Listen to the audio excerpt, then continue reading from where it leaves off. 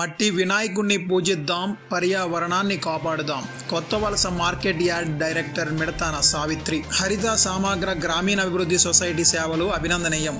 వివరాల్లోకి వెళ్తే, వినాయక చవితి సందర్భంగా పర్యావరణాన్ని కాపాడే దిశగా బాధ్యతగా ప్రతి ఒక్కరూ ముందడుగు వేయాల్సిన అవసరం ఉందని Kothavalasa market yard director Midatana Savitri అన్నారు. మంగళవారం మండలంలోని భీమాలి గ్రామంలో హరిత సమగ్ర గ్రామీణాభివృద్ధి సొసైటీ ఆధ్వర్యంలో ఉచిత మట్టి వినాయక విగ్రహాలు పంపిణీ కార్యక్రమంలో పాల్గొన్న ఆమె మాట్లాడుతూ, గణేష్ ఉత్సవాల్లో ఉపయోగించే ప్లాస్టర్ ఆఫ్ పారిస్ విగ్రహాలు రసాయన రంగులు జన వనరులను కలుషితం చేస్తూ నీటిలో జీవాన్ని హరిస్తున్నాయని అన్నారు. పర్యావరణ పరిరక్షణకు ప్రాధాన్యతనిస్తూ హరిత సొసైటీ ఆధ్వర్యంలో ప్రతి సంవత్సరం విజయనగరం, శ్రీకాకుళం జిల్లాల్లో వినాయక చవితి పర్వదినాన్ని పురస్కరించుకుని ఉచిత మట్టి వినాయక విగ్రహాలు పంపిణీ కార్యక్రమం చేపడుతున్నామని హరిత సొసైటీ సభ్యులు మిడతాన గణేష్ అన్నారు.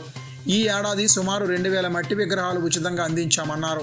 సహజ సిద్ధమైన మట్టితో తయారైన వినాయక విగ్రహాలను ఉచితంగా ప్రజలకు అందజేస్తూ పర్యావరణ పరిరక్షణపై ప్రజల్లో అవగాహన కలిగించడం పట్ల గ్రామ సర్పంచ్ కొయ్యాన కృష్ణ, ఉప సర్పంచ్ మిడతాన గణేష్ హర్షం వ్యక్తం చేశారు.